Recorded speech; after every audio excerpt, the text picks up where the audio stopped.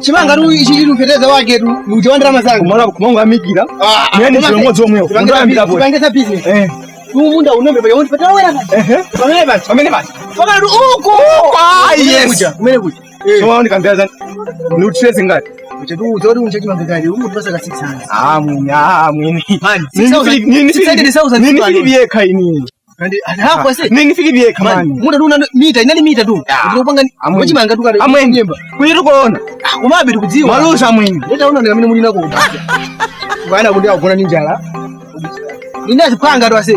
Iwe ase. Kosa ndaule. Kosa tu hadi kona mawaza. Aza kuana mwini singa kubeni. Haka kuana ndira tsasoboda watu samuka tu. Kuni mulo wako. Aba mende kuti tsasoboda hapo yakwana paja tusamuka tu. Ndamnyamukalira mwini. Man sisi kukuza zimene. Yeni kuonesa kuna baga ni kweli na baga. Wase. Sasa wana kutandize wewe munga mbali. Mase. Abone ni bwerere. Nonyali ate virus. Ni bwerere. Konga mazina lako asitima kanoma virus. Mumwemu. Aba tuende bwina se. Ningo fika jago. Nishwe bwado. Chabu ini. Kanga ndumesa. Modi mangaka tuyaje jira po. Modi mudenga kumoje manyano. Nga musuma ngoyine. Mene unkazani kaka ikira. Peri ngitinga tsara. Ndika luso ndiwe. Kumana. Naiba ndezi kwa ngo.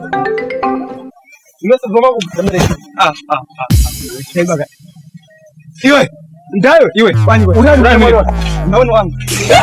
Muda wangu. Iwe sisi. Umeona. Mundao. No want to buy that. Osa wagwa. Yeah,